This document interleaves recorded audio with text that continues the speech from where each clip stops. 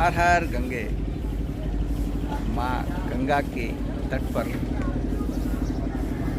जी आज हमें बनारस में हमारी धार्मिक नगरी काशी,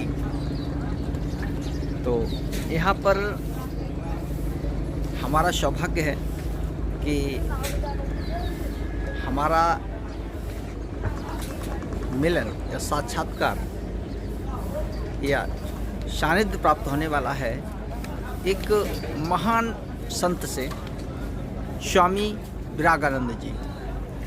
जी हाँ, स्वामी विरागानंद जी के बारे में कहा जाता है कि लगभग उनका 40-45 वर्ष का तो संत जीवन हो गया और आपने हमारे शास्त्रों का अध्ययन करने के बाद संन्यास ग्रहण किया था। तो आइए स्वामी विरागानंद जी से मिलते हैं, उनसे थोड़ा उनका परिचय प्राप्त करते हैं और कुछ प्रसाद स्वरूप जो भी अक्सर कर संतों से मिलता है, देखते हैं आज विरागानंद जी मुझे क्या देने वाले हैं। तो आइए मिलते हैं स्वामी विरागानंद जी से। परम आदरणीय, परम वंदनीय, बहुत बड़े बड़े जब बड़े बड़े विद्वानों की संतों की सभा होगी ना, आप देखेंगे सब बड़े बड़े विद्वान उठ के पहले इनको प्रणाम करते हैं। इतना ये इनका नाम है स्वामी परम पूजनीय परमादर्श महामंडेश्वर स्वामी विरागानंद जी महाराज। विरागानंद जी कैथल हरियाणा में रहते हैं, कुरुक्षेत्र में। अच्छा, कैथल में। इतने विरक्तवान हैं कि आप सारे मंडेश्वर 2-4 आदमी लेकर चलते हैं, फौज अपनी, इधर अकेले चलेंगे और कुछ भी कहीं भी किसी से कोई अपेक्षा नहीं रहती है।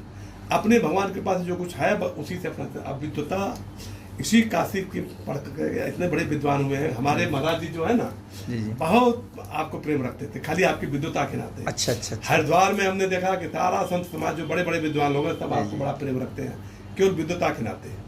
और ये अभी नवंबर में कार्यक्रम हुआ था साधना सदन हरिद्वार में, तब 2-4 भाई संतों में भी हर सभा के होते हैं ना, तो ये सामने ही घुड़क भी देते हैं, सबको एकदम फटकार लगा देते हैं बिल्कुल। हाँ, इतने परम बैरागी हैं महाराज, और इनकी बड़ी कृपा रहती है। ये ओंकारेश्वर में भी आते हैं, वहाँ के ट्रस्टी भी हैं, और वहाँ पे हर साल वहाँ पे लोगों को लाभ प्राप्त होता है। साधना सदन भी अदा करना जाते हैं। काशी बहुत प्रिय आपका स्थान रहा है। तो भगवान दक्षिणामूर्ति में रुके हैं। हाँ, दक्षिणामूर्ति। अच्छा, ये बता रहे थे। वहीं रुक रहे हैं आजकल। अच्छा, 96 से। अच्छा, सन 96 से वहीं रुक जाते हैं। पहले तो अभय में रुकते थे। पहले तो अभय में रुकते थे जी।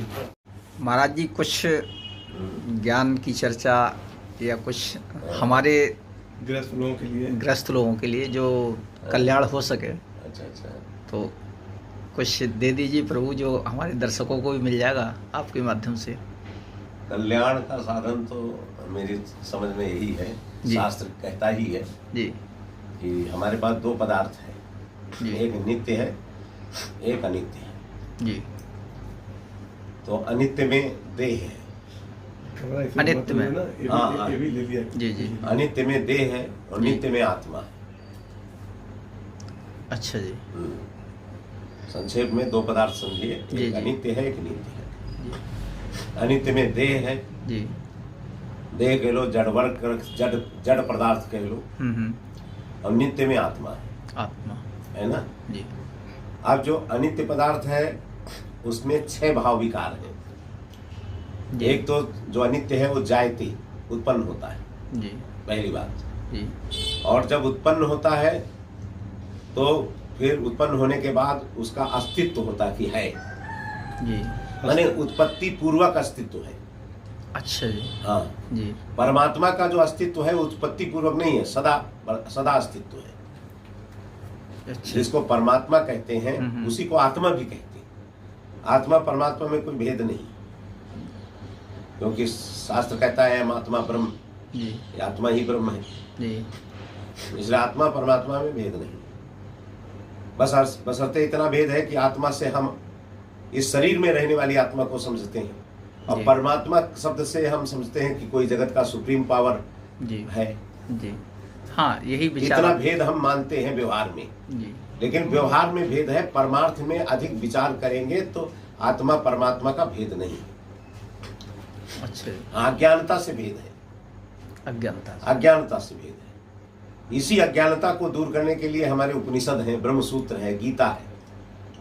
जी जब हम गुरु के द्वारा सुनते हैं जी तब जो है निर्णय होता है कि आत्मा परमात्मा में वास्तविक भेद नहीं है, एक काल्पनिक भेद है, अज्ञानता का भेद है।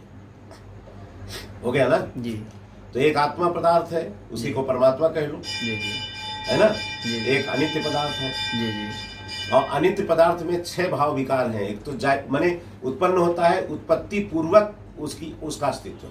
अच्छा जी। हाँ, जगत के पदार्थों का। और परमात्मा का जो अस्तित्व है वो उत्पत्ति पूर्वक नहीं है जी वो तो सदा है, बिना उत्पन्न हुए उसका अस्तित्व। उत्पत्ति से पूर्व भी है, हाँ, उत्पत्ति जगत के बाद भी है, हाँ जब कुछ भी नहीं है तब भी है, हाँ। जब सब कुछ है तब भी है। हाँ, तो माने उत्पत्ति पूर्वक नहीं, वो सदा है, उसका अस्तित्व है। जी तो ये जो 6 भाव विकार हैं, माने उत्पन्न होता है, फिर उत्पत्ति पूर्वक अस्तित्व है, फिर कुछ चीजें हैं बढ़ती हैं जी बढ़ते और कुछ नहीं बढ़ती हैं। जैसे हमारा आपका शरीर बढ़ता है जी। लेकिन कोई पत्थर जल्दी से नहीं बढ़ता है, जी है ना। जी और वृक्ष बढ़ते हैं, जी बढ़ता भी है, फिर उसमें विशेष परिणाम होता है, फल आते हैं, पुष्प आते हैं इत्यादि। ऐसे मनुष्य में भी विशेष परिणाम होता है, दाढ़ी मूंछ आ जाती है, जी फिर धीरे धीरे घटने लगता है, जी फिर नष्ट हो जाता है, ठीक है ना। जी जी ये 6 पदार्थ भाव विकार ये अनित्य में है। अनित्य मैंने आत्मा को छोड़ करके, आत्मा कहो या परमात्मा कहो, उसको जी। छोड़ करके जितने पदार्थ हैं सब में ये 6 चीजें हैं, ठीक है ना। जी अच्छा, इन 6 चीजों में हमारा मन जब तक लगेगा जी तब तक हमको शांति नहीं मिलेगी। प्रभु मन हटता भी नहीं है इन चीजों हाँ, तो से। शांति, हाँ, नहीं शांति नहीं मिलेगी, जी। लेकिन इनसे जीवन का जो है उपयोग होता है। जी हो गया ना। जी जी इससे जीवन का उपयोग होता है, जीवन में उपयोग होता है, जीवन के लिए है, लेकिन जीवन इसके लिए नहीं है। ये बात विशेष यहाँ समझने के लिए, माने ये जीवन के लिए है, जीवन इनके लिए नहीं है। अगर जीवन है तो उस नित्य पदार्थ के लिए। अच्छा बस ये बात मनुष्य के हृदय में, मन में बैठनी चाहिए। माने जितने अनित्य पदार्थ हैं वो जीवन के लिए हैं, और लेकिन जीवन अनित्य पदार्थ के लिए नहीं है, नहीं है, जीवन नित्य पदार्थ के लिए। हाँ, अनित्य पदार्थ जीवन के लिए है। तो जितना हमको, अगर वो स्वतः प्राप्त हो जाए अनित्य, तो हमको यत्न करने की जरूरत नहीं। जी अगर स्वतः नहीं प्राप्त होता है तो अल्प प्रयास से प्राप्त कर लो जीवन के लिए। तो वो प्रभु क्या प्रयास हो जो व्यक्ति करो, हाँ? जो उस प्रयास को अपने उसमें लाए, तो ऐसा कौन सा प्रयास है जिससे जल्दी ही इन चीजों से उसे मुक्ति मिले। हाँ, तो हमको पहली बात तो जो परमार्थ का पथिक है उसको सोचना चाहिए। हमको जीवन निर्वाह से अधिक पदार्थों के अर्जन की जो दौड़ चल पड़ी है, उसको उस दौड़ में नहीं पड़ना चाहिए। जीवन निर्वाह के लिए ही पदार्थों की जरूरत है, या जितना सही विनियोग हो जाए जी जीवन के लिए या जगत के लिए, उतने ही पदार्थों की आवश्यकता है। इसके अतिरिक्त हम पदार्थों में अगर हम समय गुजारेंगे तो जो जीवन का लक्ष्य नित्य पदार्थ साक्षात्कार है, अनुभूति है, वो नहीं मिल पाएगा। अर्थात धीमे धीमे अपनी इच्छाओं को सीमित करना। हाँ, सीमित मतलब जो जीवन निर्वाह के लिए, जगत के लिए, आप अपने लिए जो चाहते हैं, दूसरों के लिए चाहते हैं, उतना ही पदार्थों का संग्रह होना चाहिए, जगत उतने मन लगाना चाहिए संसार में। अगर वो स्वतः प्राप्त हो जाए तो ठीक है, अल्प प्रयास से प्राप्त हो जाए तब भी ठीक है, लेकिन उसके लिए बहुत मर मिटना नहीं चाहिए। इसे हमको संतोष करना चाहिए, धैर्य रखना चाहिए, व्रत उपवास करना चाहिए, संयम रखना चाहिए। ये नहीं कि भोगों के लिए हम अपने जीवन को खपत कर दें। जीवन का लक्ष्य है परमात्मा, नित्य प्राप्ति। नित्य प्राप्ति का मतलब नित्य अनुभूति, क्योंकि वो प्राप्त है। कहते हैं ना, गॉड इज ऑमनी प्रेजेंट, अंग्रेजी में भी कहते हैं। वो है, हमको अनुभव नहीं हो रहा ज्ञानता के कारण या मिथ्या ज्ञान के कारण। मिथ्या ज्ञान, हाँ, मिथ्या ज्ञान है, विपरीत ज्ञान है, जी जी, अनुभव नहीं हो रहा है। तो इसलिए जगत में उतने मन, जो आप कहे कि नहीं लगता है लोगों को, तो ज्यादा न फंसावे, उतने फंसावे जितना आवश्यक है। हाँ, और नित्य के लिए लगे, और नित्य को बताने वाले हमारे शास्त्र हैं, सदगुरु हैं। तो साध गीता है, भागवत है, गीता है, भागवत है, ब्रह्म सूत्र है, उपनिषद है ना। तो इनके ही पठन पाठन, चिंतन, श्रवण, मनन, है ना, इत्यादि में लगे तो नित्य पदार्थ का साक्षात्कार होता है। जैसे प्रभु ग्रस्त व्यक्ति इनका पठन पाठन नहीं कर सकता है। नहीं, कर क्यों नहीं सकता? गृहस्थ में, तैतरी में ही आता है ना जी।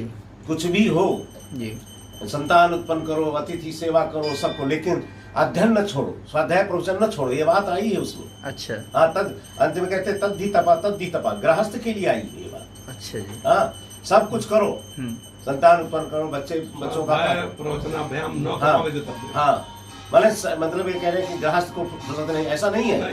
इतना एक मिनट इतना भी लगे रहो, लेकिन स्वाध्याय प्रवचन न छोड़ो। हाँ। सभी लोग नहीं तो सभी का रास्ता ही नहीं है परमात्मा, सभी का रास्ता नहीं है, सभी का नहीं। जिसके अंदर संस्कार आ गए हैं सत्संग के माध्यम से, जी जी जी, किसी का रास्ता। सामान्य ग्रंथों के लिए सबसे पहला मार्ग है कि वो सत्संग करें, हाँ साधु संतों के संग जाए, हाँ, सत्संग करें, बिल्कुल उसमें लगे रहे। अगर नहीं लगा जो नहीं, एक होते हैं क्षिप्त व्यक्ति, क्षिप्त माने जिनका जगत में ही मन लगा है, तो उनके लिए परमार्थ है ही नहीं। जी जी, जब कभी कोई बिगड़े पुरुष, इसलिए हमारे शास्त्रों में आया है एक श्लोक है, दुत्राभ्याम नियम अद्वैत वासना जायते। दुत्रा माने दो वा त्रयोवा, माने लाखों में 2 या 3 में ये वासना आती है। अच्छा, सबको होती नहीं, तो सब अधिकारी भी नहीं है। सब अधिकारी। अब उनके लिए अगर कहा जाए तो उनके लिए यही है, जो इसके परमार्थ के सीधा अधिकारी नहीं है, उनको चाहिए शास्त्र का आलम्बन लेके, अगर वो सकाम है तो शास्त्र विधि से ही संसार के पदार्थ प्राप्त करें। ये नहीं निषिद्ध कर्मों से शास्त्र जगत के पदार्थ न प्राप्त करे, ये बिल्कुल संसारी वालों के लिए ज्ञान है। भी चाहिए तो शास्त्री मार्ग से, जो कि चोरी करते हैं, हिंसा करते हैं, विचार में लगे हैं, तो ऐसे व्यक्ति को अगर अपना सुधार करना है तो शास्त्रीय ढंग से आप पदार्थ प्राप्त करो, है जो भी चाहिए आपको, है ना, धन चाहिए, कीर्ति चाहिए, पद चाहिए, पत्नी चाहिए, तो शास्त्रीय ढंग से प्राप्त करें। तब वो जो निषिद्ध कर्मों में लगे हैं उनका कल्याण का पहला रास्ता। दूसरा रास्ता है कि फिर निष्काम हो जाओ, निष्काम भाव से कर, निष्काम भाव। हाँ, दूसरा रास्ता। जब दूसरे रास्ते में निष्काम हो जाएंगे तो आपको कुछ दिन बाद निष्काम कर्म भगवत करते करते आपके अंदर फिर ज्ञान के अधिकारी बन जाए, कुल मिला के संक्षेप में। और जहाँ ज्ञान के अधिकारी बने वहाँ तुरंत कल्याण और शांति का रास्ता। निष्काम होना भी बहुत कठिन है। वो जब पहले सकाम हो शास्त्र के लिए, जब पदार्थ मिल जाएंगे और तब फिर उसको क्या, फिर तो निष्काम होगा ही। जब तक पदार्थ सही नहीं मिले हैं और न्याय से पदार्थों का सेवन नहीं किया है, तब तक तृष्णा रहती है, पाप कर्मी को कभी संतोष नहीं होता। इसलिए सकामी होना चाहिए पहले साथ, लेकिन वो भी शास्त्र ढंग से, ठीक है ना। और जब सकामी हो जाएगा, जब पदार्थ मिल जाएंगे, तब वो स्वयं अच्छा फिर सोचेगा सब पदार्थ के मिलने पर भी हमें संतोष नहीं हो रहा है, तब वो निष्काम में लगता है। तब निष्काम, हाँ तब निष्काम, जल्दी नहीं लगता है। निष्काम भाव देर से आता है। हाँ, जब वो सकाम में तृप्ति हो जाएगी, विवेक हो जाएगा कि भाई पदार्थ कोई शांति नहीं देते। एक राजा था ना, वो उसको कहा कि राज्य भोगता रहा, सब कुछ सुख, सारा सुख था, फिर कहता कि मुझे शांति नहीं मिल रही है, वही रोज के रोज उन्हीं भोगों में रमण कर रहे हैं। तब वो निष्काम में आया, तब निष्काम, हाँ तब आया। विवेक होगा तब आएगा, विवेक होगा तो वैराग्य होगा तब आएगा। तो संक्षेप में यही है कल्याण का साधन। और लेकिन इतना तो एक दिग् दर्शन है, नाम मात्र संकेत है, लेकिन इसको पक्का करने के लिए हमें सत्संग सत्शास्त्रों का अध्ययन होगा।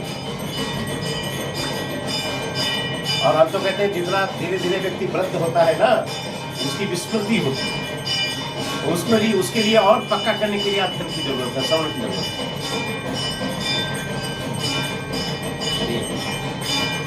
जैसे गृहस्थ का ये रहता है, अधिकांश सोच ये रहती है कि अभी हम ये काम कर लें या इस अवस्था से भगवान का चिंतन शुरू करेंगे, तो क्या ऐसा सोचना सही है गृहस्थ के लिए? नहीं, ये सोचना तो नहीं है, तो केवल सत्संग के अभाव से ऐसा सोचता है। सत्संग के अभाव से, शास्त्रों का आज हम लोगों को बचपन से कोई संस्कार नहीं मिला है। हम देख रहे हैं ना समाज में, हम समाज में ही रहे हैं, बिल्कुल ग्रामीण समाज में रहे हैं, और लोगों में शास्त्र के संस्कार नहीं मिले। ऐसा नहीं है, बचपन से अरे गीता का उपदेश मुझे मिल जाए, ये कहीं मिल जाए, कर्मण्येवाधिकार अस्ति, कर्म माने शास्त्रीय कर्म में हमारा अधिकार है, पाप कर्म में नहीं है। तो कहाँ लोगों में मिल रहा है, वो काम के भोगों के पीछे पड़े हैं, उनको संस्कार नहीं मिल रहा है, और हम संस्कार उनको दे नहीं पा रहे हैं। जो प्रबुद्ध समाज है वो पहली बात तो प्रबुद्धों की संख्या कम है। हमको याद है एक महेशानंद गिरी जी महाराज थे ना आबू वाले, वो कहते थे बहुत कम लोग हैं जो कि सही ज्ञान का उपदेश रास्ता दिखाने वाले। अब ढोल बजा के थोड़ा मनोविनोद करना वो अलग है, लेकिन एक ऐसी प्रेरणा देना जिससे जीवन बदल जाए तो बहुत कम लोग, बहुत कम लोग।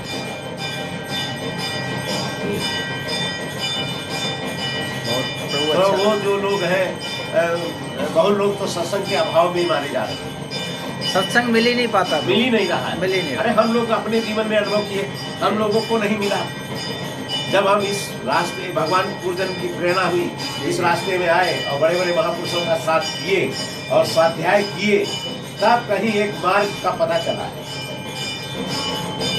सच्चाई ये है, तब मार्ग का पता चला। हाँ ये है कि बुद्धि जरूर कुछ पूजन की थी, जो कि कम से कम महापुरुषों का संग और शास्त्रों का अध्ययन से मार्ग का पता चला कि हाँ मार्ग ही है।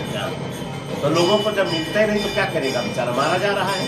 अगर हम ही को नहीं मिलता तो हम भी मारे जाते हैं। अगर थोड़ा सांस सुखी ले रहे हैं तो सत्संग और शास्त्रों की कृपा से। तो कैथल में अपना आश्रम है, ज्यादा बड़ा नहीं है, कुटियानुमा है। प्रभु बड़ा तो बनाया जाए, लेकिन आजकल लोगों की इच्छाएं ही नहीं परमार्थ की हैं। जो जिनकी इच्छाएं हो तो उसमें सहयोग करें, जब इच्छाएं नहीं तो सहयोग का सवाल नहीं। और अगर बना भी दिया जाए तो उनको उसका विनियोग नहीं होगा सही। जहाँ ये दिव्य आत्मा रहती है वो बहुत बड़ा होता, कुटिया कैसे हो सकती है? क्या कहा? जहाँ ये दिव्य आत्मा रहती है वो कुटिया कैसे हो सकती है? वो तो बहुत बड़ा संसार हो गया। इसलिए है कि आजकल कोई चाहता भी नहीं, तो हम लोगों का भी प्रयास नहीं होता है। कैसे करें? किसी जब कोई स्वामी जी का विरक्त स्वभाव है ना, हाँ। कोई अपेक्षा नहीं किसी से रखते हैं। अभी नहीं कर रहे कि जो जैसा प्राप्त है बस वैसे ठीक है। दूसरी बात, हाँ परमार्थी लोग रहे हैं, जात बना कर रहे हैं, वो लोग सहयोग करें तो रह सकते हैं, जगह है भरपूर है। लेकिन यह है परमार्थ की इच्छा होनी चाहिए ना। लोगों में इच्छा नहीं है तो क्या करेंगे? जैसे आपने इच्छा व्यक्त की, महाराज ने इच्छा व्यक्त की, तो चलो थोड़ी चर्चा कर लिए। और इच्छा ये नहीं व्यक्त है तो भाई अब इसे रह जाएंगे, क्या करना है? हम अच्छा बोलने से भी तो जल्दी से बैठता भी तो नहीं है ना। किसी को आगे बोलने भी लगे बैठता नहीं है। हाँ नहीं मतलब हम सत्संग भी उसी से करें जो उसे सुने, कम से कम सुने तो सुने, और हाँ कुछ मनन करे उसका, तब तो ठीक है। और नहीं तो लोग सुनना भी पसंद नहीं करते हैं। सुनना ही नहीं पसंद करते हैं, यही बात है। जिज्ञासु होना अनिवार्य। जी यही बात है। आजकल जिज्ञासु प्रभु हमारी समझ से तो कोई है नहीं। परेशानी के बस में होकर के कि आर्थिक रूप से जो परेशान होता है तब वो प्रभु का चिंतन करता है कि हे प्रभु, वो भी इसलिए कि वो अर्थ मुझे मिल जाए, बस मिल जाए, या कोई दुखड़ा है दूर हो जाए, बस कोई समस्या है निदान हो जाए, चतुर्विधा भजन। सच्चाई तो यह है कि सबसे बड़ा अध्ययन की कमी है, शास्त्र धर्म ग्रंथों के अध्ययन की कमी है जी, सबसे बड़ी धर्म की। क्योंकि हमारे यहाँ वेद में दो ही पदार्थ है जी, एक धर्म एक ब्रह्म जी, दो ही पदार्थ है। बताइए, और ब्रह्म मीमांसा जी, दो ही मीमांसा है जी। कर्म मीमांसा, कर्म और धर्म एक ही है। कर्म मीमांसा, मीमांसा माने विचार, सम्यक विचार, और ब्रह्म मीमांसा जी दो ही है। तो आजकल हम अपनी अज्ञानता को समझते हैं कि हम लोगों को, अगर हम इधर संतों के समय में नहीं आए होते, पढ़े होते, तो हम लोगों को भी कर्म मीमांसा का भी पता नहीं चलता जी। और इसके बिना तो पशु के समान है व्यक्ति। बल्कि भगवान शंकराचार्य ने प्रश्नोत्तरी में कहा है, पशु को न करोति धर्म। पशु से भी बेहतर पशु कौन है जिसके जीवन में धर्माचरण, धर्म का ज्ञान नहीं। धर्म ज्ञान, पहले तो ज्ञान फिर आचरण। धर्म में ज्ञान भी चाहिए, आचरण चाहिए। और ब्रह्म में ज्ञान चाहिए, आचरण की नहीं। ज्ञान चाहिए, आचरण वहां नहीं है। ब्रह्म में ज्ञान में आचरण नहीं है, ज्ञान में अनुभव है। दोनों में अंतर है। ज्ञान में, ज्ञान के बाद अनुभव है। आ गई बात ना जी। वहां अनुभव है, क्योंकि जो ब्रह्म का अनुभव है वो वहां आचरण नहीं होता है। धर्म में आचरण होता है, धर्म का ज्ञान, धर्म का आचरण। और सर्वम कर्माखिलम पार्थ ज्ञाने परिसमाप्यते। और सभी धर्मों का परिणाम यह है कि आपके अंतःकरण की शुद्धि और आप में विवेक वैराग्य होकर के परमात्मा में की प्राप्ति, परमात्मा की ओर ले जाना, परमात्मा की ओर उन्मुख करना, यह धर्म का प्रयोजन है। और परमात्मा को प्राप्त करना ये ज्ञान का फल। जैसे प्रभु ये कार्य करते समय हाँ मन में ये होता है कि ये अच्छा कार्य है, धार्मिक कार्य करना चाहिए और मन उस तरफ लगता भी है, हाँ लेकिन बीच बीच में हाँ। मन दुष्कर्मों में चला जाता है। हाँ, तो अपने को रोकना पड़ेगा। रोकने के ये समझिए कि ये दुष्कर्म कर्म में अधिकार है, भगवान देते हैं, पाप के लिए नहीं। वहाँ कर्म शब्द का प्रयोग किया, कर्मण्ये वा, जी। कर्म में ही है। कर्म कर्म शब्द आ गया तो तीन चीजें हैं। विकर्म कहने से पाप में अधिकार नहीं, साफ बात। वहाँ तो पहले से साधक को ब्रेक लगाना पड़ेगा पाप से। एक अगर वो ब्रेक कैसे लगाया जाए? बस यही है, सत्संग के माध्यम से संतों की यही प्रश्न मेडिटेशन अर्जुन ने भगवान से कहा था कि ये मन नहीं लगता है, क्या करें? भगवान ने सीधा उत्तर दिया, तस्मात् आदौ इंद्रियाणि संयम में भरतर सदा। हाँ हाँ हाँ, इसलिए सबसे पहले अपने इंद्रियों को संयमित करो। इधर आ जाइए। तो वही प्रभु हाँ कि मतलब मन जब दुष्कर्म की तरफ जाता है हाँ। तो उसे कैसे कंट्रोल किया जाए? बस गीता में शनै शनै रूपरमेत, धीरे धीरे अभ्यास, उसमें दोष दर्शन करिए कि भाई निषिद्ध कर्मों में जाता, दूसरे के धन में, दूसरे की स्त्री में, है ना, दूसरे को नीचा दिखा के अपना पेट भरने में, तो उसमें तो हमारा परिणाम गलत निकलेगा। बोलो। हमारा परिणाम मतलब गलत निकलेगा, ऐसा कल के पूजन के लिए मिठाई परिणाम जो है गलत निकलेगा। जी, जी। धीरे धीरे मेडिटेशन करो, सोचो, हित अहित को सोचो, धीरे धीरे मोड़ना, धीरे धीरे संत महापुरुषों का संग करना, बस शनै शनै ही उपाय है बस अपना। अगर रुकना चाहे शनै, सत्संग है, सत्संग करे, भोला भगवान का भजन करे, यही तो तरीके हैं। धीरे धीरे ही हो सकता है। एक प्रभु प्रश्न ये और आता है कि जैसे व्यक्ति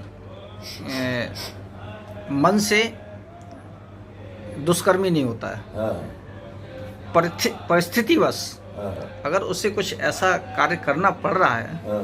तो उसका निदान कैसे होगा? देखो, इसे शास्त्रों में तो हमारे यहाँ आया है कि मन जो है, मन को पाप ने बींधा है जी। हाँ, इंद्रियों को बींधा है। हो गया तो चले जाइए फिर। पहले 10 आदमी घाट पर फिर कर सकते। नारायण। हाँ। तो पाप को बींधा है, इसलिए मन हमारा भी सपोर्ट करता है पाप को। शास्त्र के अनुसार मैं बोल रहा हूँ। जी जी जी। पाप ने बींधा है जी। शास्त्र ने कहा है, तो मन में भी पाप वासनाएं रहती है, इंद्रियों में रहती है। ऐसा प्रसंग आया शास्त्र में। और मानस में तो कहते हैं कि जो है इंद्रियों को ज्ञान नहीं, धर्म का ज्ञान अच्छा नहीं लगता है, विषय ही अच्छे लगते हैं। और विषय अच्छे लगते हैं तो विषय अच्छे लगे तो विषय अच्छे लगे तो विषय कुछ अच्छे लगते हैं, कुछ बुरे लगते हैं। तो अच्छे में भी पाप कर बैठता है, बुरे में भी पाप कर बैठता है जी। ठीक है ना। तो पाप की प्रवृत्ति मतलब एक प्रकार से देखा जाए तो स्वाभाविक है, और निवृत्ति जरा यत्न करता है। हाँ, पुरुषार्थ। इधर किसी मनुस्मृति में आ जाता है जी जी। प्रवृत्ति स्वाभाविक है, इसलिए वो जो चीज स्वाभाविक है उसको दोष कहना भी ठीक नहीं, लेकिन निवृत्ति तू महाफल, ऐसा कह दिया है। निवृत्ति जो है महाफल देने वाली, महाफल देने वाली है। तो व्यक्ति को अगर पहले धीरे धीरे ही यही उपाय है, और अच्छे लोगों का संग, या उसके अच्छा है कि अकेले रहो। गीता में भी आया, आरती जन संसदी, मतलब अपना कल्याण संस्कारहीनों के साथ न करो। विविक्त देश सेवित्वम आरती जन संसदी, मैंने जहाँ तक क्या पूरा संस्कारहीनों के साथ संस्कार अपना संग साथ न करो, रंग संग से बचो। अगर करना पड़े तो सावधान रहो, बचो। तो बस यही है, अभ्यास है, धीरे धीरे अभ्यास इधर लगना है।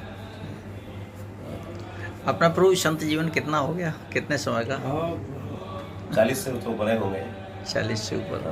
हाँ, जैसा कि आप बता रहे, इधर आए। अच्छा, 24 हो रहा है तो 44 ऐसे ही 44 हो गए, 44-45 हो गए। 44 साल के संत जीवन।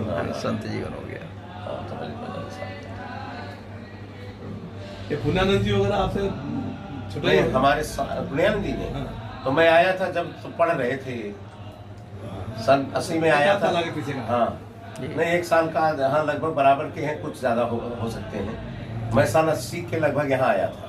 1980। 1 साल तो मैंने प्रतिमा तो वहाँ से की थी, इलाहाबाद से प्रतिमा परीक्षा दी थी। जी जी। फिर यहाँ आया तो मैं एक सभा हुई थी गीता मंदिर में, तो सभा में हमारा प्रवचन भी रखा गया था, उसमें इनाम भी मिला था। अच्छा। हाँ, 80 में। लेकिन साथ हम जो है मध्यमा में जाते हैं, शायद मध्यमा में पढ़ रहे थे। अच्छा। तो काशी में आते ही आपको पुरस्कार मिला यहाँ पे पुरस्कार विद्वता मिला। को लेकर उन्होंने हाँ। प्रतिभा का मतलब कक्षा 8 संस्कृत में हाँ। कक्षा 8 बोलते हैं। हाँ। तो कक्षा 8 प्रयाग से पढ़ यहाँ के से आता मध्य, हाँ, मध्यमा है। यहाँ पे था। कोई कंपटीशन रहा होगा तो उसमें सभा कक्षा थी, 8 सभा। उसमें पुरस्कार मिला। सभा थी, सभा। सभा हाँ, कुछ बोलने का था। सब बच्चे लोग रहे वो बोल रहे हैं। संस्कृत के तो उसमें आपको अपना पुरस्कार। आपका नाम दर्ज हुआ तो पुरस्कार मिला उसमें। काशी में पुरस्कार मिलना एक बहुत बड़ी बात हाँ है। हाँ, उस समय पुरस्कार हुए थे। आते ही मिला ना। जी, जी, जी। इसका मतलब कि देवता भी सहायक रहे आपके विद्यालय। फिर बाद में जो है गंगा दीदी के साथ हो गए तो फिर उनसे पढ़ते फिर जब परीक्षा महानंदा जी इसीलिए बुला रहे ना, वो भी रहे ना जगत कौन? जी के साथ। अरे पंजाब वाले महात्मा जो है वो भी रहे उनके साथ। महानंद जी। हाँ। हाँ, तो रहे होंगे। अच्छा, काशी से लगाव हमारा बहुत था। काशी से ऐसा था लगता था कि हम काशी में रह के काशी में गलियों में झाड़ू लगाए। मन में ऐसा भाव था। अब हम तो प्रार्थना कर रहे हैं कि अब आप यहाँ आकर पहले लगाओ था। कुछ सेवा कर, कुछ हम लोगों को ज्ञान दीजिए। हाँ, आप तो या तो चातुर्मास यही करिए ना। श्रवण कर लिए है ना। कल उसे ये तो निरंतर लगे हाँ, रहे। ये तो निरंतर लगने का है। कोई नहीं। तो चलिए, और कुछ पूछना था? अगर- बस प्रभु पूछने को तो हमें खुद इतना ज्ञान नहीं कि मैं क्या आपसे पूछूं। तो नहीं, इसमें जो आप पूछे इसमें बहुत सी चीजें आ गई हैं। अब इसमें मनन करके जी। इसको जो श्रवण करेगा उसको हाँ। वो सब काम की हाँ, सारी चीजें आ गई, इसमें सब सारांश आ गया। अनुभव की बात है हाँ। ना, अनुमान अनुभव क्या अनुमान। हाँ, कुछ अनुभव, कुछ अनुभव। हाँ, अनुमान हाँ। जैसे श्रेष्ठ काल में भगवान ने से जो भी विधि बनाया अच्छा बुरा सब है हाँ, हाँ। विधि बनाया, तो हम लोग सोचता है अपने तरीका से करता है, इसने ऐसे किया उसने ऐसे किया, मैं ऐसे करता हूँ, ये अच्छा है बुरा। परंतु परमात्मा ने जो बनाया श्रेष्ठता उस तीनों गुण का अंतर्गत ही बनाया ना। हाँ, हाँ, तो 3 गुण में तो भेदभाव तो है ही है हाँ, है ना। हाँ, तो भगवान ने जब श्रेष्ठ प्रलय करना है तो हाँ, कर्म तो उनका हिसाब से ही चल रहा ना, परमात्मा ही करवा रहे हाँ, हाँ, हैं। हाँ। जीव अपने अज्ञान के कारण मैं ये किया है, मैं वो करता हूँ। हाँ, हाँ, हाँ, यही हमारा का अज्ञान के कारण हो सकता है। हाँ, हाँ, जैसे परमात्मा ने पहले विधि बनाया, इसने मैंने क्या करना है, वो भगवान उसकी कौन सा जीव ने क्या करवाना है, हाँ, कौन सा जीव ने वो भगवान ने क्या काम लेना है, तो वो परमात्मा ने पहले तय किया हुआ कि नहीं। हाँ, पहले उन्होंने नियम के द्वारा प्रारब्ध के द्वारा उन्होंने ये कर्म करना है। जैसे हमको क्या पता था कि हम लोग सन्यासी बनना है, हाँ, पता तो नहीं है ना। हाँ। ये तो हमारा पूर्व का प्रारब्ध तो होंगे ना, हाँ, हाँ। ये तो मानना पड़ेगा, हाँ, प्रारब्ध को तो ठीक- मानना ही ठीक पड़ेगा। है। हाँ, जब प्रारब्ध में ही हमारा जो लिखा है तो प्रारब्ध बदलता है कि मतलब प्रारब्ध में ही चलेगा, कैसे चलता जाएगा। हाँ। इसमें हमने 2 चीजें सीखी, समझी है। हाँ हाँ, एक होती है होनी, होनी, हाँ सरल भाषा में बोले, जी। हाँ, होनी, और एक होता है करनी। करनी, हाँ, ठीक है ना? होनी करनी, जी। 2 चीजें हैं। दो चीजें। तो कुछ चीजें होनी है। होनी होनी में भी 2 चीजें हैं, एक अच्छी और एक बुरी। बुरी, दोनों जैसे आपके पिछले संस्कार अच्छे थे अच्छे थे। तो वो होनी में आप सन्यासी बन गए। हाँ, होने समय ये बात अच्छा, बात- ठीक है ना। हाँ। और एक की होनी खराब है हाँ। तो वो डकैत बन जाता है जी। या वो मारने हिंसक बन जाता बन है, जाता है। उसकी होनी कोई सी है। हाँ, दोनों की होनी अलग जी है। जी जी, और एक है करनी। कर ले, हाँ हाँ, तो होनी में पिछले संस्कार से होनी में आप सन्यासी बन गए, सन्यासी बन गए। और वो होनी में बुरे में वो एक जो है हिंसक बन गया, मारने वाला बन गया, बिल्कुल सही। जी। है ना? बिल्कुल, हिंसक बन गया। बन लेकिन दोनों की होनी में करनी है बीच में। करने, हाँ होनी ईश्वर के हाथ में है हाँ हाँ जी। हाँ हाँ, और करनी अपने हाथ में है। अपने हाथ में। जीव का सोच है। ठीक है ना। हाँ, तो आप करनी दोनों के हाथ में है। हाँ। आप सन्यासी हैं, हम्म, होनी से सन्यासी हो गए, लेकिन अब करनी से सन्यास के मार्ग पर चलना, उनमें विपरीतताओं को सहना, विपरीतताओं का मुकाबला करना, हाँ। ये आपकी करनी है। करने, तब आप मोक्ष गति प्राप्त करेंगे, केवल सन्यासी होने से नहीं करेंगे। अब उसकी करनी है, वो हिंसक है, होनी है, हिंसा में लग रहा है। अब उसकी करनी है कि वो जो है अच्छा बने, अच्छा कर्म करे, या हिंसक भी बनना है तो पापियों को मारे, वो तो सज्जनों को मार रहा है, पेट पोषण कर रहा है, तो उसकी करनी है वो सन्मान पर चले। लेकिन वो भी अपनी होनी में या पूर्व के संस्कारों में इतना बेबस है कि उसको अच्छी करनी का विचार नहीं होता है। लेकिन कभी वाल्मीकि जैसे अच्छा संग जब मिल जाता है तो वो बुरा भी अच्छा बन जाता है, हाँ जी, वो बुरा भी अच्छा बन जाता है। जैसे हो गया ना करनी होने की बात। जी, जी। ये बात इसका राज है जी। जो मैंने शास्त्र से निर्णय किया। मैं